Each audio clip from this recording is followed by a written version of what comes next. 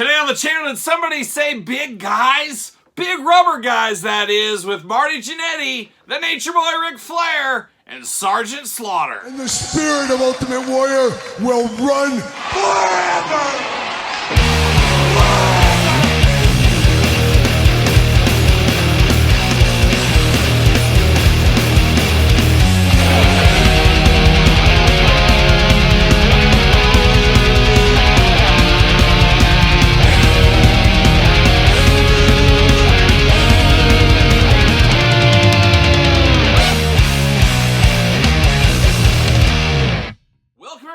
Kyle here, and welcome back to the channel for another Major Bendy's Big Rubber Guys unboxing and review. And today on the channel, we got the Nature Boy Ric Flair, we got Rockin' and Rollin', Striding and Strolling Marty Jannetty, and we got Sergeant Slaughter. And of course, these are purchased, of course, via Major Bendy's website. They do a pre-order. Currently have a pre-order for 2 different Hacksaw Jim Duggans going on, and of course, 1 Magnum TA. So if you're interested in those, get your pre-order in the month of February, but these ones long sold out. Only place you're going to get them is eBay, and they are quite pricey. That's what we're seeing with the Big Rubber Guys. Same thing we saw with Demolition before them. So very cool, nostalgic line. You guys know I'm here for all the big guys, especially Big Rubber Guys. But I love the big guys. I love the LJN style figures. They were my first wrestling figures I had as a very, very small kid. Worked my way into Hasbro, and the rest was history. So a lot of nostalgia caked into these figures for me, and a lot of mind work and a lot of Rolodex spinning on these for me as well, thinking,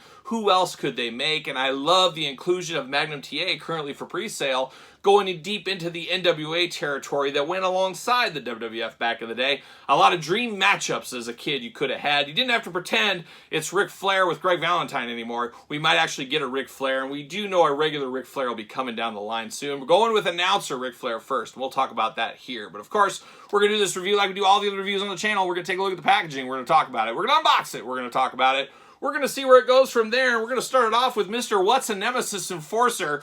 We're going to start with Sergeant Slaughter, and what's a Nemesis Immortal should be the real question. I just hate that name change, but it is what it is. But Sergeant Slaughter, a guy that's no stranger to these, kinda. And we'll do some comparisons here in a little bit, as we do know this was based on the prototype of Sergeant Slaughter that was done for LJN. Currently resides in one Matt Cardona's collection, is the original version. And I think that was an amazing move by the team there to make this after all these years based off of the LJN one. I think that is really, really cool. Now, a lot of people think the last one, and I guess I could pull that out right now. This is technically a Hasbro, really grandfathered in, of course, into the LJN collections, but it's not quite the same. It was made by Hasbro, but now we get a more official LJN style, I guess, is what it was supposed to be back in the day. Just is what it is. But now we got 2 Slaughters in the Big Rubber Guy style, but neither of them technically via LJN, so that's kind of wild there. But we got the old Sarge looking good. My window bubble is a little bit foggy on this one, so it's a little scuffed up, and I guess that happens from time to time. Major Pod logo at the top. Big Rubber Guys. And of course, 1 Sergeant Slaughter down there. Big Rubber Guys again. At ease disease right there. That's what Sarge is throwing. He's put up the big old salute over there as well, looking good. And once again, very cool that it's based off of the old school LJN prototype. On the back, big cross cell down below, UPCs, all that fun stuff. Of course, same backing on all these that we will be seeing. But let's get the old Sarge out. Now, I am opening these up, but I do save the packaging on these. Just because, you never know, you might want to put them back, place to store them, whatever the reason may be. Ooh, we get a little accessory with this one as well.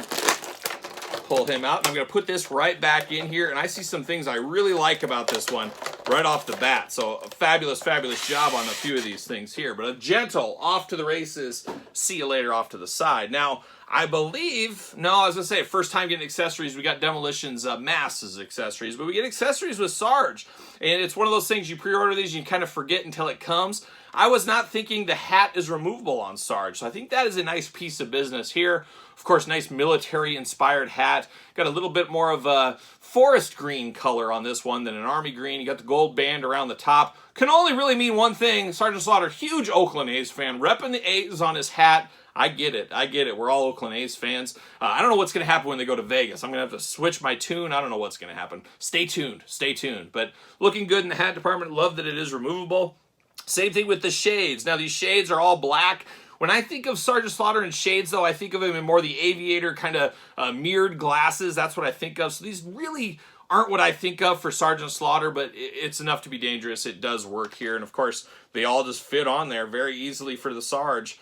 I appreciate it. I like it. I like to see that because old school days, his hat probably, well, actually, LJN, his hat probably would have been removable back in the LJN days. Not necessarily the Hasbro days, no removability here, but LJN probably would have had the hat removable, and I'm guessing they would have had the shades molded on or probably not had shades is my guess there.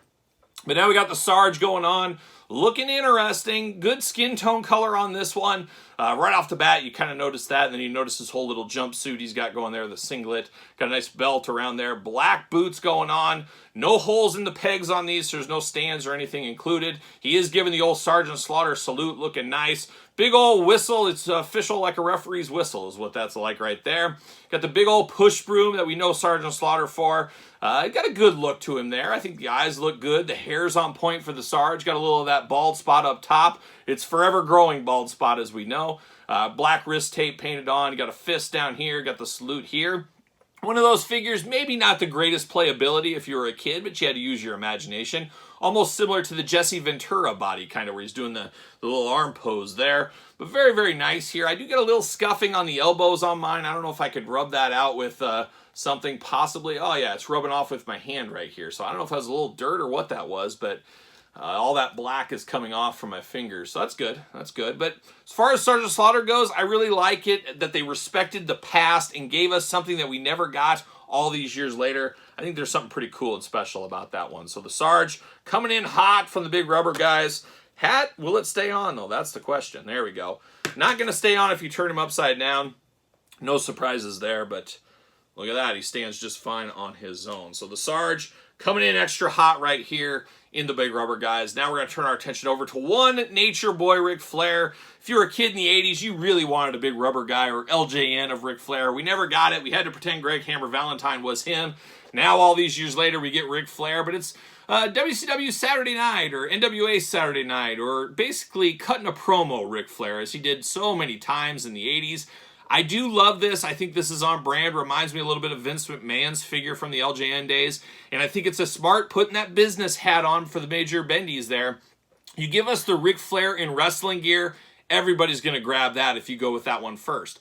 The key business move here, it's about money at the end of the day. You put a Ric Flair in here like this one, people are going to say, oh, I need a Ric Flair, I need a Ric Flair. And then, of course, down the line, we get the wrestling Ric Flair. They'll pick that one up, too. If you went this one second, you would not sell as many of this one because people say, well, I got the wrestling Ric Flair. I'm done. I don't need any more Ric Flairs. So very smart move going with this one first, I do think. Now, I would prefer the wrestling one, but I understand the moves here. And this is cool for what it is because when you think of Ric Flair, you do think of in-gear stuff, but you also think of the wild promos and things, and we get that with Rick right here. Got Ric Flair there, glamour shot, big bubble window, all the usual stuff as well. Same backing card that we saw with the Sarge, so we kind of know what we're getting with this one here. Gonna pull Nature Boy out. There it is. Put him back in, put that back in, and off to the races once again. A gentle off to the side. See you later. And we got the Nature Boy, Ric Flair. And I don't know if it's the Mandela effect or what you want to call it there, but I was thinking he had a microphone in his hand. Apparently, he did not have a microphone in his hand.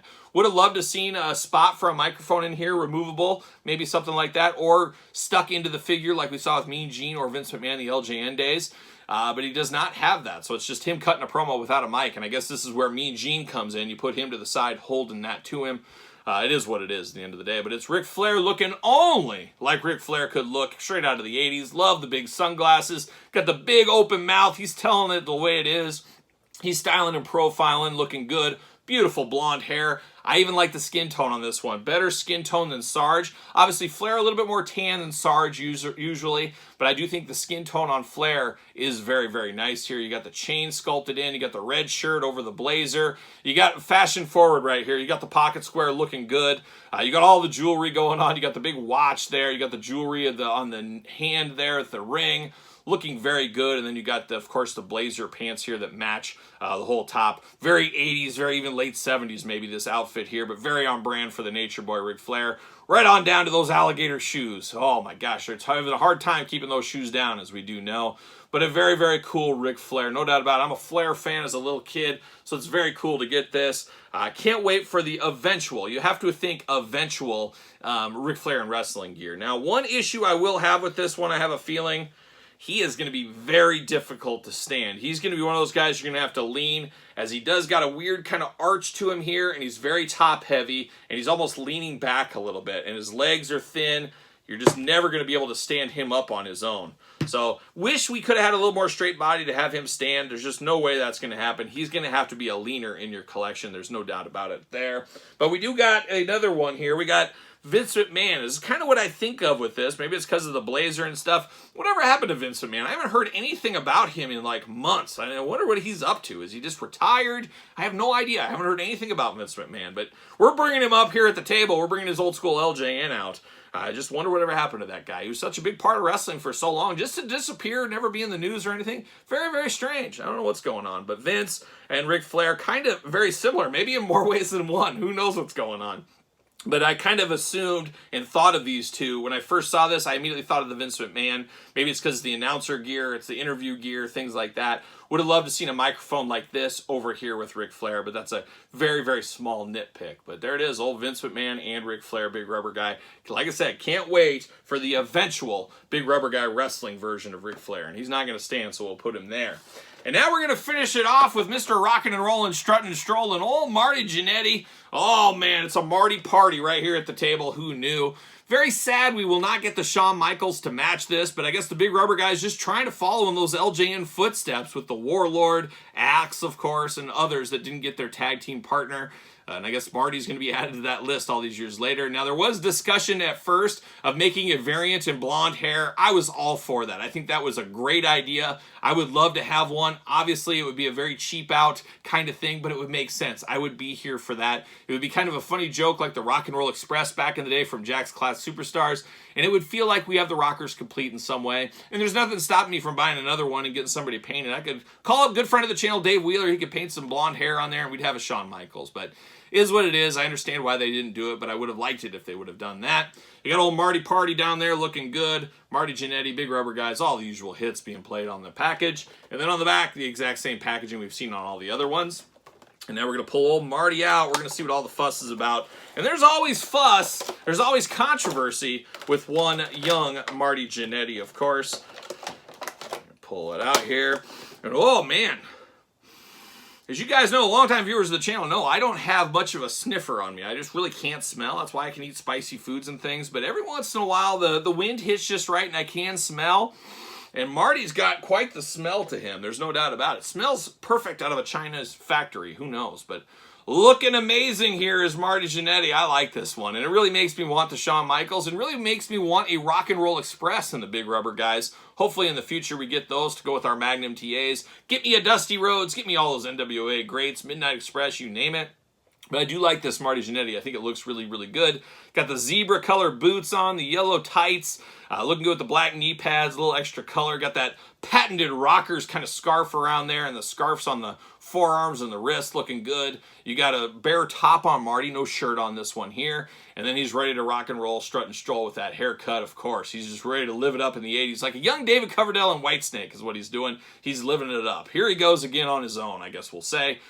Good playability out of this one. That was always a key as a kid. Some guys played better than others. This is really good. I love the arm here. You can do a lot of moves with that. Of course, this arm up here, a lot of moves you can do. You can do that big fist off the second rope, top rope, whatever you need to do. Elbow drops, clotheslines, DDTs, drop kicks, you name it. Marty's ready here to enter your fig fed and take the world by storm, no doubt about it. And when I kind of look at this one here, he's got a little bit of that Hulk Hogan positioning, which is an interesting one. I kind of viewed Marty Jannetty being more of like a Rick Martel or Tito Santana kind of position to kind of go along with kind of the quickness there, kind of those guys. But he's got the Hogan, more Hogan-style pose on this one, which is an interesting turn of events.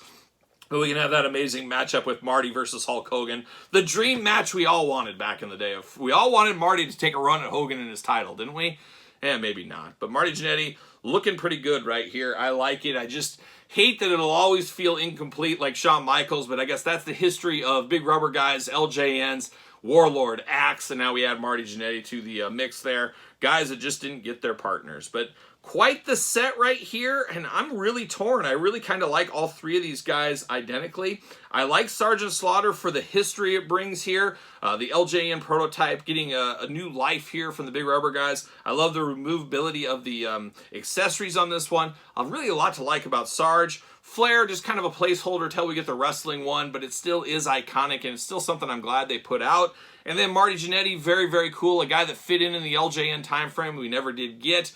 Just feels like it's missing something without Shawn Michaels. So I guess I'm going to go Sergeant Slaughter as my favorite of these three. And then I'm going to go Marty Jannetty, then Ric Flair. And it's just, I'm thinking playability and things like that. But nothing wrong with all three of these. All three very, very good figures. Happy to have this line. Can't wait to see where this line goes in the future. We know next up, of course, Magnum TA and Hacksaw Jim Duggan ×2.